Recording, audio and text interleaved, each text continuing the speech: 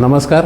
मी सगळ्यांना पुणे जिल्हा सहकारी गृहनिर्माण संस्था आणि अपार्टमेंट महासंघातर्फे नवीन वर्षाच्या हार्दिक शुभेच्छा देतो आणि ह्या 2026च्या पहिल्या सहकार दरबारमध्ये आपल्या सगळ्यांचं मनापासून स्वागत करतो.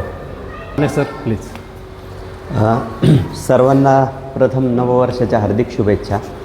मी फेडरेशनच्या आणि चारू सरांचे विशेष आभार मानतो की त्यांनी मला यापूर्वीही आणि आजही संधी दिलेली आहे माझं मत मांडण्याची. आजचा जो विषय आहे की आपल्याला माहिती आहे सोसायट्या अनेक प्रॉब्लेम फेस करतात, त्यामधला एक परसिस्टंट किंवा कॉमन प्रॉब्लेम जर म्हणला तर तो आहे डिफॉल्टर्स किंवा थकबाकीदार.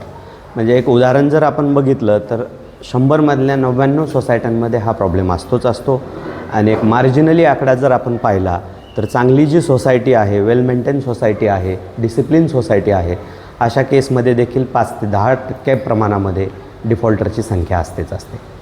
आता हा डिफॉल्टर कोण, ह्याच्याविरुद्ध कारवाई काय करायची, बऱ्याच वेळा हा प्रश्न येतो किंवा व्हॉट्सॲपवरती बरेच मेसेज फिरत असतात की डिफॉल्टरचा आम्ही इसेन्शियल सर्व्हिसेस जसं पाणी बंद करू शकतो का, लाईट बंद करू शकतो का, किंवा त्याला पार्किंग वापरण्यापासून मज्जाव करू शकतो का.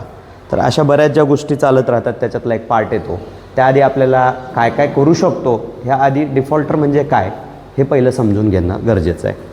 आपल्या सर्वांना माहिती आहे की कॉपरेटिव्ह ऑर्गनायझेशन जी आहे त्यातली त्यात कॉपरेटिव्ह हाऊसिंग सोसायटी जी आहे ही काही प्रॉफिट मेकिंग बॉडी नाही आहे. ह्या संस्थेचं किंवा त्याचं अस्तित्व आणण्यामागं, कायदेशीर अस्तित्व आणण्यामागं मेन ऑब्जेक्ट जो आहे की सभासदांनी सभासदांसाठी काम करणे, सेल्फ कॉपरेशन करणे, सेल्फ गव्हर्नन्स करणे आणि स्वतःचे जे काही गरजा आहेत त्या कॉन्ट्रीब्युशन करून भागवणे हा मेन ऑब्जेक्ट आहे. म्हणजे आपला कुठलाही कॉपरेटिव्ह संस्थेचा पहिला ऑब्जेक्ट हा ॲब्सोल्युटली नाही आहे किंवा कुठलाच ऑब्जेक्ट हा नाही आहे की प्रॉफिट मेकिंग.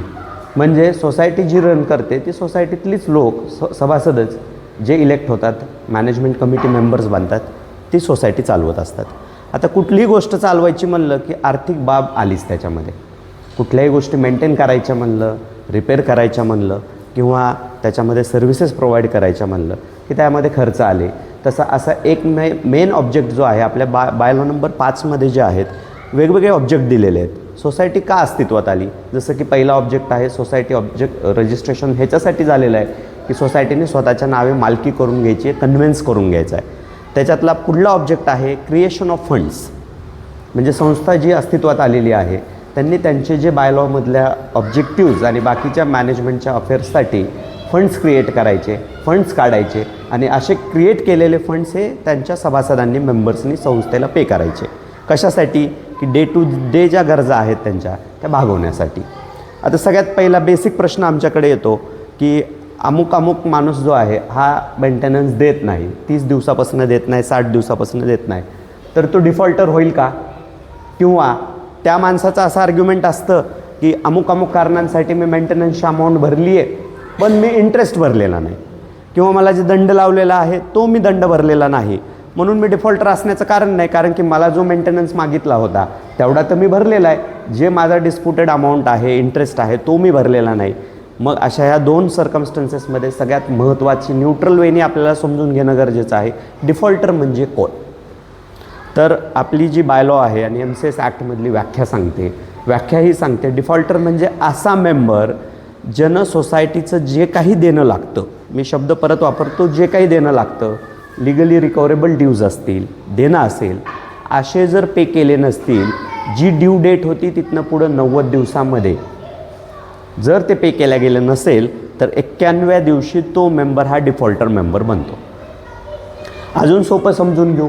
डिफॉल्टर मेंबर झाला म्हणजे काय झालं, फक्त पैसे भरले इथपर्यंत नाही, तर डिफॉल्टर मेंबरला मेंबरशिपचे कुठलेही अधिकार एक्सरसाइज करता येत नाही. मग काय काय अधिकार आहेत. अटेंडन्स जनरल बॉडी मीटिंग आहे, त्यानंतर इलेक्शनमध्ये पार्टिसिपेट करणं आहे, वोटिंगसाठी पण आणि स्वतःला नॉमिनेट करण्यासाठी पण. ह्या दोन्ही गोष्टी करता येणार नाही. त्यानंतर तिसरी सगळ्यात महत्त्वाची गोष्ट म्हणजे एक उदाहरण आपण जर म्हणलं, बँकेच्या लोनच्या खात्यामध्ये जर आपण पाहिलं, NPA म्हणून एक कन्सेप्ट असतो बघा, नॉन परफॉर्मिंग अकाउंट्स, की जे पैसे भरल्या गेलेले नाही आहेत आणि ते डिफॉल्टर झाले त्याला NPA करतात. म्हणजे त्याचे सगळे त्या अकाउंटचे जे ॲक्टिव्हिटीज आहेत त्या फ्रीज करून टाकतात. अशा केसमध्ये जेव्हा आपला एखादा सभासद हा डिफॉल्टर होतो, कॉपरेटिव्ह कायद्याखाली त्याचे सगळे अधिकार हे फ्रीज होऊन जातात. कधीपर्यंत फ्रीज होतील, जोपर्यंत तो संस्थेला प्रति देणं लागत नाही, पैसे देत नाही, तोपर्यंत ते पैसे तसेच त्याचे अधिकार हे फ्रीज होतील. आता अधिकार तर फ्रीज झाले तरी 1% आपण पकडून चालू त्यांनी फरक पडत नाही. हॅबिच्युअल डिफॉल्टर, मला काही देणं घेणंच नाही आहे, माझे अधिकार फ्रीज करा, मला काय तिथं पैसे द्यायचे नाही आणि काहीच करायचं नाही. मग अशा केसमध्ये ॲक्शन काय होऊ शकते? बऱ्याच लोकांना ही गोष्ट माहिती नसते की कॉपरेटिव्ह कायद्यामध्ये सगळ्यात महत्त्वाची जी गोष्ट आहे, बऱ्याच वेळा अपार्टमेंटमध्ये आणि कॉपरेटिव्हमध्ये ह्याच्यावरती आपलं एक सेपरेट व्याख्यान झालेलं आहे. दोन्हीमधला जो डिफरन्स आहे त्यात कॉपरेटिव्हमध्ये जर पाहिलं तर आम्ही म्हणतो की त्याला 3 टियर सिस्टम आहे सहकारी संस्थांसाठी. म्हणजे कशी? तर सगळ्यात पहिलं म्हणजे जे काही मॅनेजमेंट आणि day to day related affairs आहेत, त्याचे डिस्प्यूट आहेत, त्याच्यासाठी कॉपरेटिव्ह रजिस्ट्रार आहेत. काही ज्या जनरल बॉडीच्या रिलेटेड इश्यूज आहेत किंवा मेंटेनन्स रिलेटेड म्हणू आपण की एखादा ठराव मान्य किंवा अमान्य असेल, त्या संदर्भातले डिस्प्यूट आहेत, त्याच्यासाठी कॉपरेटिव्ह कोर्ट आहे आणि त्याशिवाय रेग्युलर कोर्ट देखील आहे. अशा तिन्ही सिस्टम अवेलेबल आहेत. ह्या तिन्हीमधला सगळ्यात महत्त्वाचा आजच्या आपल्या टॉपिकच्या अनुषंगाने जो विषय येतो डिफॉल्टर, ह्या डिफॉल्टरच्या बाबतीमधले कार्यक्षेत्र जे आहे हे पूर्णतः कार्यक्षेत्र येतं रजिस्टर ऑफिसला. एक तर आता आपण जिथं आहोत पिंपरी चिंचवड एरिया म्हणलं तर हा Pune city 3 deputy registrar Pune city 3 यांच्या ज्युरिडिक्शनमध्ये येणारा एरिया आहे, जिथं डेप्युटी रजिस्ट्रार हे डेझिग्नेशन अवेलेबल नाही आहे. महाराष्ट्रातल्या इतर ठिकाणी जर पाहिलं तर ॲसिस्टंट रजिस्ट्रार किंवा सहाय्यक निबंधक, उपनिबंधक किंवा सहाय्यक निबंधक अशांकडे हा अर्ज फाईल केला जाऊ शकतो. पूर्वी याच्यासाठी रेग्युलेटरी सेक्शन जो होता किंवा हे सगळ्या गोष्टी पाहणारा जो कलम होता तो होता कलम 101. आता 101 जो कलम होता तो सर्व बाबींसाठी लागू होता, बँकांसाठी लागू होता, तो कॉपरेटिव्ह हाऊसिंग सोसायटीसाठी लागू होता, पतसंस्थांच्या रिकव्हरीसाठी लागू होता. आता हाऊसिंग सेक्टर जे आपण म्हणतो की रॅपिडली गेल्या 10 वर्षामध्ये कॉपरेटिव्ह डिपार्टमेंटमध्ये सगळ्यात जास्त वाढलेलं जर कुठलं सेक्टर असेल तर ते कॉपरेटिव्ह हाऊसिंग सेक्टर आहे. मग अशा हाऊसिंग सेक्टरच्या गरजा ह्या डेफिनेटली बँक्स आणि बाकीच्या प्रॉफिट मेकिंग बॉडीपेक्षा वेगळ्या आहेत, त्यांचे प्रॉब्लेम्स वेगळे आहेत आणि त्याच्यासाठीचं सोल्युशन किंवा टाईमलाईन ऑफ दॅट सोल्युशन हे पण डिफरंट आहे. ह्याच्यामुळं जी अमेंडमेंट करण्यात आली आणि एक सेपरेट हाऊसिंगचा चॅप्टर इनकॉर्पोरेट केला MCS ॲक्टमध्ये आणि ज्याला सेक्शन 154B(1) ते पुढं जे उपकलम आहेत आपण ते म्हणतो, त्याच्यातल्या B29 खाली असा अर्ज केला जाऊ शकतो. पूर्वीचा 101 आहे, आत्ताचा जो अमेंडमेंटनुसारचा आहे तो आहे रिकव्हरीचा सेक्शन 154B(29), ज्याच्यामध्ये संस्थेला अर्ज फाईल करता येऊ शकतो. आता जनरिक हा सर बऱ्याच वेळा प्रश्न येतो की आता एक तुम्ही म्हणता अर्ज फाईल करायचा म्हणजे इन शॉर्ट केस फाईल करायचा. मग केस फाईल करायची म्हणलं की एक सर्वसामान्य माणसांच्या मनामध्ये 2 संभ्रम असतात. सगळ्यात पहिलं, मी जाऊन केस फाईल करू शकतो का मला वकीलच लागेल, पहिला प्रश्न असतो. दुसरा प्रश्न असतो की आता केस म्हणलं की मग ती वर्षानुवर्ष चालेल, त्याच्यावरती परत अपील होईल, त्यात पुरावे देणं आलं, साक्ष देणं आलं, मग ह्यामध्ये बरेच 5-6 वर्ष 4 वर्ष निघून जाऊ शकतात. मग आम्ही कोर्टात जायचं त्या रिकव्हरीसाठी आणि त्या रिकव्हरीसाठी 6 वर्षे केस लढायची, असे बरेच एक कॉमन प्रश्न येत असतात. त्या ठिकाणी मी दोन्ही गोष्टींचं उत्तर सांगतो. पहिलं म्हणजे ह्या पूर्ण प्रोसेसमध्ये जर तुम्ही पूर्णतः चेकलिस्ट किंवा जे कायद्याचे तंतोतंत पालन केलं तर तुम्हाला वकिलाची असंच आवश्यकता नसते, संस्था स्वतःहून देखील ही पूर्ण प्रक्रिया पार करू शकते. दुसरं, वेळ किती लागतो? वर्षानुवर्ष वेळ लावण्याचा असा कुठलाही भाग ह्याच्यामध्ये नाही आहे. कॉपरेटिव्ह कमिशनरांनी स्पेसिफिक डायरेक्शन इश्यू केलेले आहेत DDR ऑफिसला, म्हणजे उपनिबंधक आणि सहाय्यक निबंधकांना, की मेंटेनन्स रिकव्हरीचे कुठलेही मॅटर्स त्यांच्याकडे जर आले तर ते 6 महिन्यापेक्षा जास्त कालावधीमध्ये वेळ लावायचा नाही. 6 महिन्यामध्ये त्याच्यावरती निकाल आलाच पाहिजे. म्हणजे रिकव्हरीच्या मॅटर्सचा जर ॲप्लिकेशन फाईल झाला, क्लिअर ॲप्लिकेशन फाईल आहे, तर मग ॲप्लिकेशन फाईल झाल्यापासून 6 महिन्यामध्ये त्याच्यावर निकाल देणं गरजेचं आहे. आता इथपर्यंत आपण समजून घेतलं डिफॉल्टर कोण आहे, डिफॉल्टरच्या विरुद्ध ॲक्शन काय घेतल्या जाऊ शकते. आता ह्याच्यासाठी काय काय गोष्टी लागतात, डिफॉल्टर समजला. आता दुसरी गोष्ट म्हणजे असा अर्ज करण्यासाठी काय लागतं. तर नक्की एक अर्जाचा जो स्टिप्युलेटेड नमुना आहे ह्याच्यासाठीची एक पुस्तिका फेडरेशननी बनवलेली आहे, ज्याच्यामध्ये बारीक बारीक गोष्टींचे सगळे नमुने सॅम्पल्स तयार करून ती पुस्तिका ठेवलेली आहे. संस्था ती घेऊ शकते. पण त्यातली त्यात ओव्हरहेड्स मी सांगतो. सगळ्यात पहिलं म्हणजे अर्ज असेल. अर्जासोबत लिस्ट ऑफ डॉक्युमेंट्स, म्हणजे तुम्ही अर्जाच्या पुष्टीसाठी जे काही कागद दाखल करता त्याला आम्ही लिस्ट ऑफ डॉक्युमेंट्स किंवा कागदपत्राची यादी म्हणतो. त्यामध्ये सगळ्यात पहिलं महत्त्वाचे डॉक्युमेंट्स कुठले आहेत, तर पहिलं डॉक्युमेंट महत्त्वाचं आहे म्हणजे अशा सभासदाला तुम्ही त्या 90 दिवसामध्ये दिलेल्या 3 रिमाइंडर नोटिसेस. 3 नोटीस देणं त्याला कंपल्सरी आहे. मग 2च दिल्या चालतील का? नाही, 3 म्हणजे 3 नोटीस द्याव्या लागतील. त्या 3 नोटीस तुम्हाला वकिलामार्फत द्यायची गरज नाही आहे. त्या 3 नोटीस सोसायटी स्वतःच्या लेटरहेडवरती देईल. मग कशा पद्धतीने त्या देता येऊ शकतात? तर आयडियल केसमध्ये रजिस्टर पोस्ट जे आपल्या इंडियन पोस्ट ऑफिसचं आहे त्याच्यामार्फत तुम्ही रजिस्टर पोस्ट किंवा स्पीड पोस्टनी त्याच्या नोंद पत्त्यावरती पाठवू शकता. ॲडिशनली काही सोसायट्या ह्या ईमेलवरती पाठवतात किंवा बाय हँड रिसिविंग असेल तरी ते चालतं. अशा 3 नोटिसेस पाहिजेत दिलेल्या.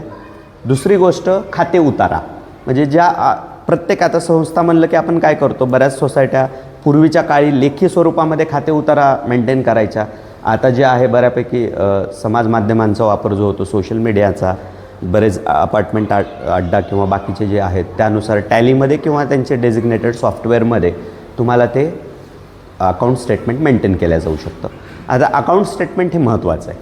अकाउंट स्टेटमेंट म्हणजे काय, की तुम्ही पाठवलेलं त्या व्यक्तीला इनवाईस, त्याच्यावरती तुम्ही आकारलेलं दंडात्मक व्याज, जर त्या व्यक्तीने काही अमाऊंट पे केली असेल तर ती डेबिटमध्ये जाईल आणि नेट बॅलन्स, त्याच्याकडे बॅलन्स किती राहतो आहे ह्याचा यथोचित, म्हणजे ज्या कालावधीसाठी तुम्ही रिकव्हरी करताय त्या कालावधीसाठीचं ते स्टेटमेंट तुमचं अद्ययावत पाहिजे. असं स्टेटमेंट सोसायटीच्या ऑफिस बेरर्सनी हे सर्टिफाय केलेलं पाहिजे. त्याच्यावरती सही शिक्का पाहिजे की हे आम्ही सर्टिफाय करतो आहे. ह्याशिवाय अजून काय, आता ह्याशिवाय म्हणजे मेंटेनन्स रिकव्हरीसाठी मॅनेजमेंट कमिटीने घेतलेला रेझोल्युशन. आता अगदीच काय प्रत्येकाच्या विरुद्ध तर रिकव्हरी केल्या जाऊ शकत नाही. उदाहरण म्हणलं तर रिकव्हरीचा रेझोल्युशन जर घेतला तर एक ठराविक अमाऊंट संस्था ठरवते, 50,000च्या वर, 20,000च्या वर जेवढ्या सभासदांची थकबाकी आहे त्यांच्या विरुद्धच कायदेशीर कारवाई केली जाईल. बाकीचे 20,000च्या खालचे जे आहेत त्यांना फक्त नोटीस आणि समज देऊन प्रकरण तिथल्या तिथं समजवण्यात येईल. मग असा ठराव जो काही तुम्ही अमाऊंटची कॅप लिमिट घेतलेली आहे त्याच्यावरच्या लोकांच्या विरुद्ध जे ठराव घेतला आहे, ॲक्शन घ्यायची, त्याच्यासाठीच्या ठरावाची प्रत, सर्टिफाईड प्रत. अजून जर तुम्ही वेगळे कुठलेही दंड लावत असाल, जसं की चुकीच्या पद्धतीने पार्किंग केली असेल, 21% मॅक्झिमम तुम्ही व्याज आकारू शकता. बाय लॉ 7071 जी तरतूद मेन्शन आहे. काही सोसायट्या 21% न लावता 18%, 17% लावतात. असे जे काही तुम्ही व्याज लावताय त्याचा ठराव. काही केसमध्ये तुम्ही स्पेशल कॉन्ट्रीब्युशन काढलं असेल काही स्पेसिफिक बाबींसाठी, जसं की उदाहरण म्हणून सांगतो की तुम्ही कन्व्हेन्स डीड करून घेण्यासाठी, म्हणून आपण उदाहरण घेतो आहे, डीम कन्व्हेन्ससाठी तुम्ही कॉन्ट्रीब्युशन काढलं असेल किंवा त्याच्या प्रती येणारा स्टॅम्पचा खर्चासाठी तुम्ही कॉन्ट्रीब्युशन काढलं असेल आणि ते कॉन्ट्रीब्युशन भरलं नसेल तर ते देखील रिकव्हरीच्या ड्यूजमध्ये येतं. असे जे ॲडिशनल मेंटेनन्स व्यतिरिक्त तुम्ही जे काही त्यांच्याकडनं डिमांड्स घेतलेले आहेत, क्रिएशन ऑफ फंड्स केलेले आहेत, अशा रिकव्हरीसाठीच्या घेतलेल्या वेगवेगळ्या ठरावाच्या प्रती ह्या अर्जासोबत तुम्हाला दाखल कराव्या लागतात. आता हा झाला पार्ट 1.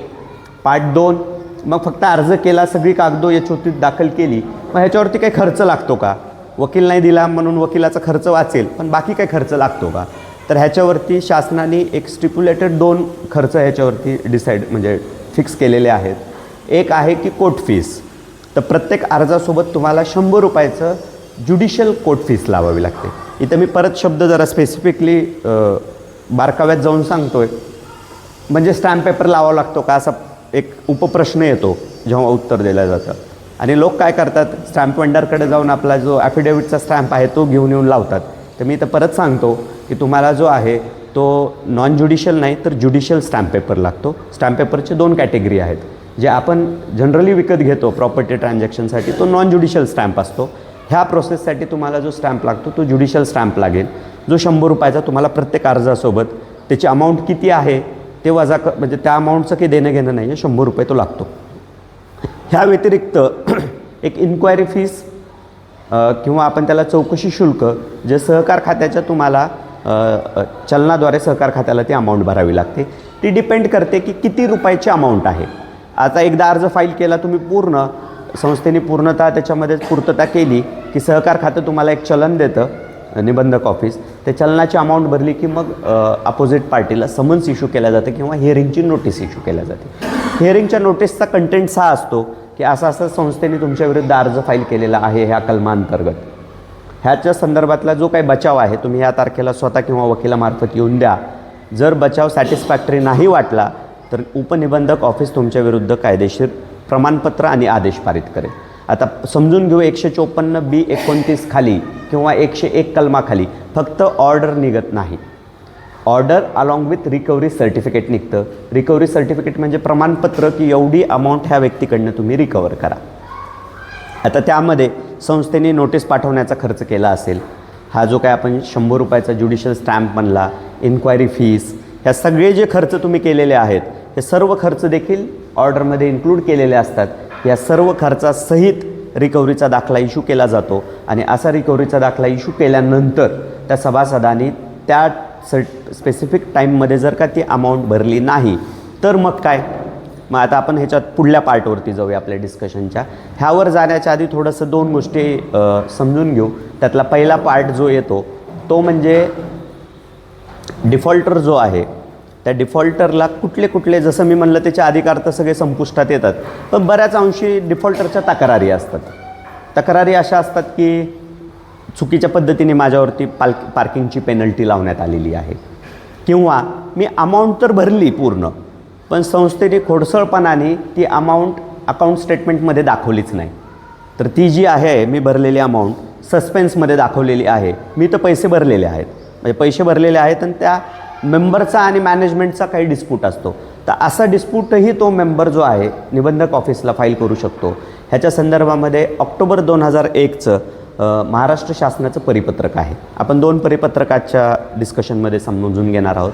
एक ऑक्टोबर 2001चं आहे.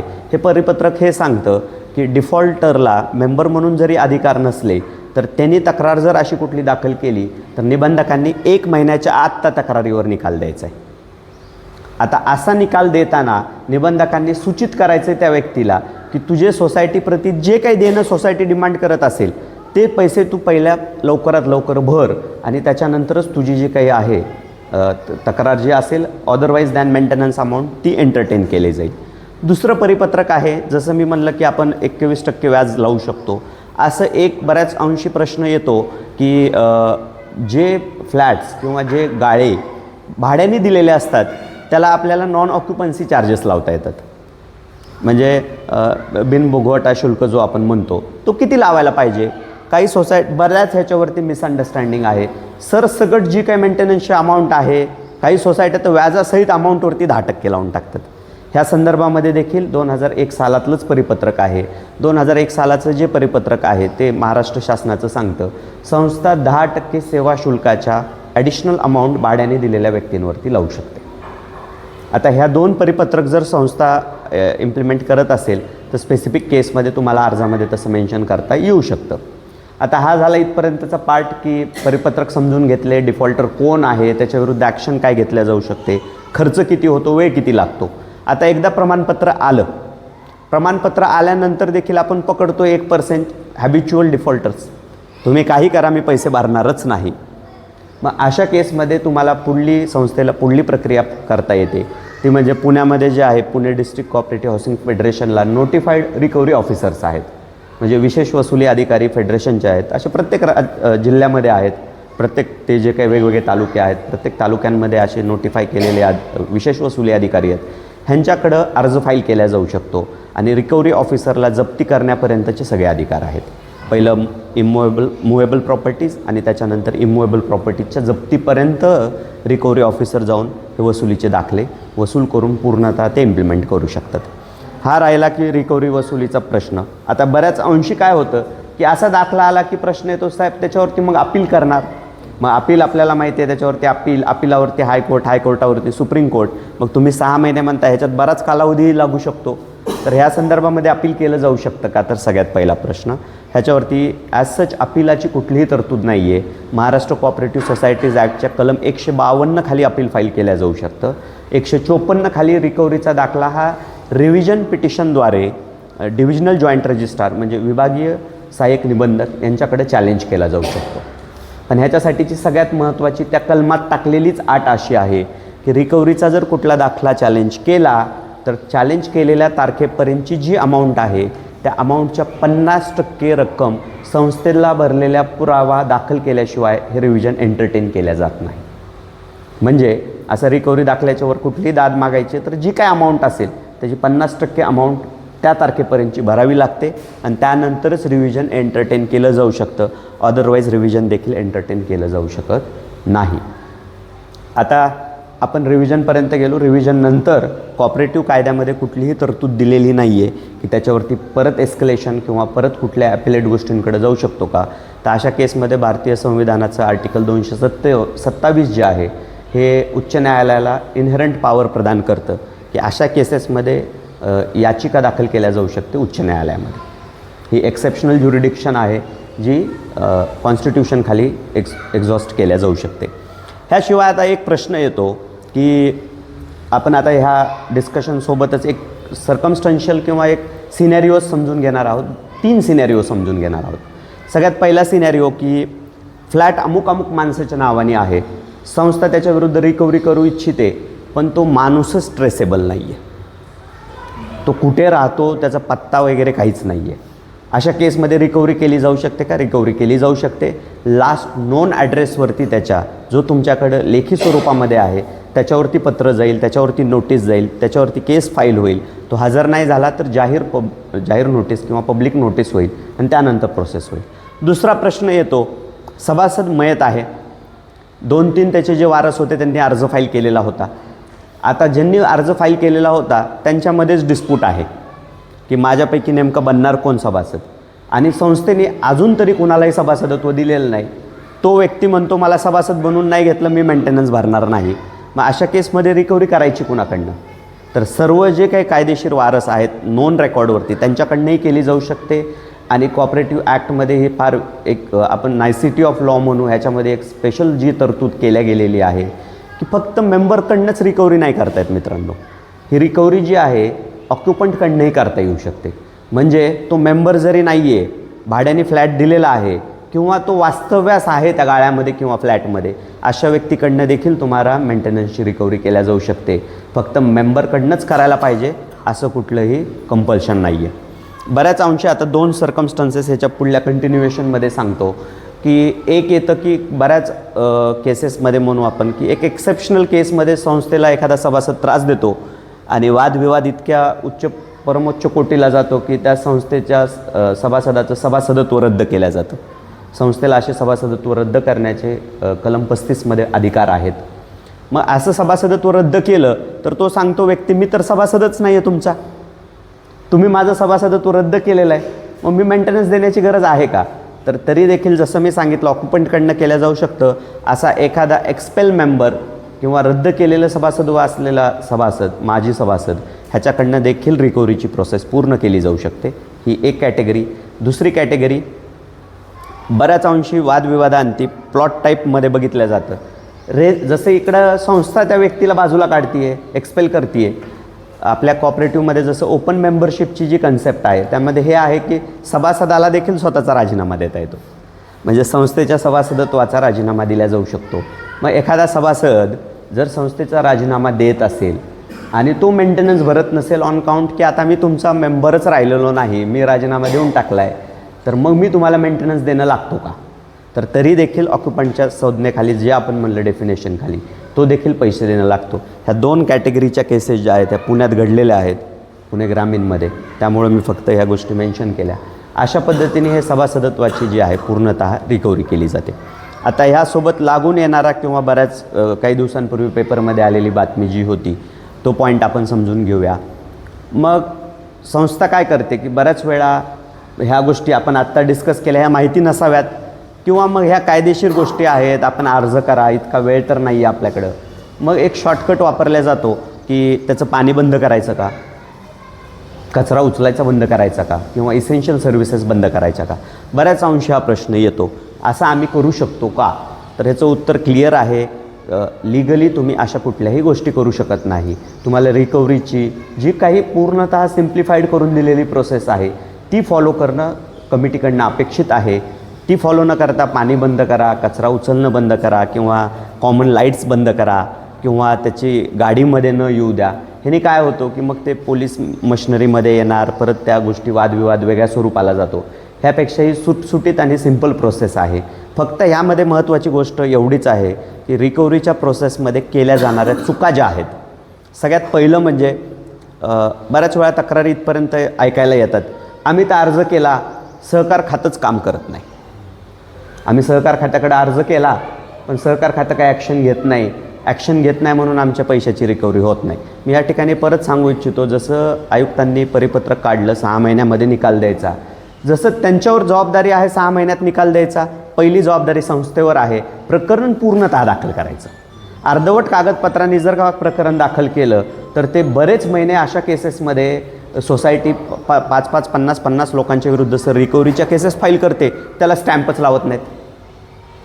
त्याच्यासोबत जे कागद दाखल केलेले असतात ते सेल्फ सर्टिफाईड नसतात, ठरावाच्या कॉपी जोडलेल्या नसतात. म्हणजे जी चेकलिस्ट आहे ते चेकलिस्टप्रमाणे डॉक्युमेंट सादर केलेले नसतात. त्यामुळं सहकार खातं पुढं प्रोसेस करू शकत नाही. त्यामुळं जसं त्यांच्यावर जबाबदारी आहे पूर्ण कागदपत्र सबमिट केल्यास ॲक्शन घेण्याची, पहिली जबाबदारी संस्थेवर आहे. संस्थेने दाखल करताना सर्व कागदपत्राची शहानिशा करून सगळ्या गोष्टी क्लिअर करूनच प्रकरण दाखल करायचं. एकदा का तुम्ही क्लिअर सगळं डॉक्युमेंट वाईज प्रकरण दाखल केलं, सहकार खातं कुठल्याही पद्धतीने त्याची अडवणूक करणार नाही किंवा ते प्रकरणामध्ये थांबून ठेवणार नाही. त्यांना तर सगळ्या गोष्टी क्लिअर केल्या तर 6 महिन्याच्या आत निकाल देणं बंधनकारकच आहे. मग चुका काय केल्या जातात ज्या मी पाहिल्या, प्रॅक्टिकल चुका. जॉईंट अर्ज केला जातो बऱ्याच वेळा. 50 डिफॉल्टर आहेत, 50 डिफॉल्टरच्या विरुद्ध एकच अर्ज. ही अशी चूक करायची नाही. प्रत्येकाचा कॉज ऑफ ॲक्शन वेगळा आहे, प्रत्येकासाठीचा सेपरेट अर्ज करायचा. दुसरी गोष्ट, जे काही स्टेटमेंट आहे सोसायटी मेंटेन करते, एकतर ते सेल्फ सर्टिफाईड नसतं किंवा ते अर्धवट असतं. म्हणजे त्याच्यामध्ये फक्त एवढंच असतं की रिकव्हरी कितीची येणं आहे तेवढंच आहे, त्यांनी किती पे केले हे दाखवणं तुमचं कर्तव्य आहे. म्हणजे ते स्टेटमेंट पाहून तो निर्णय घेणाऱ्या अधिकाऱ्याला क्लिअर दिसलं पाहिजे की तुम्ही 1 मार्चपासून त्याच्याविरुद्ध जर रिकव्हरी करताय तर 1 मार्चला त्याच्याकडे येणारं बॅलन्स कॅरी फॉरवर्ड झालेलं इतकं होतं, तुम्ही व्याज इतकं लावलेलं आहे, मूळ त्याची अमाऊंट इतकी होती, त्याच्यावर जे काही दंडात्मक अमाऊंट एवढी देणं आहे, ज्याने कुणी काही अमाऊंट पे केलेली असेल ती देखील मायनस व्हायला पाहिजे. म्हणजे कंप्लीट जे काही आहे डिस्क्लोजर ऑफ स्टेटमेंट ते तुम्ही तिथं करणं अपेक्षित आहे. त्याशिवाय 3 नोटिसेस. आता तिसरी जी नोटीस आहे ती तुम्ही रिकव्हरीचा अर्ज फाईल जेव्हा करताय ती 30 दिवसाच्या आतली पाहिजे.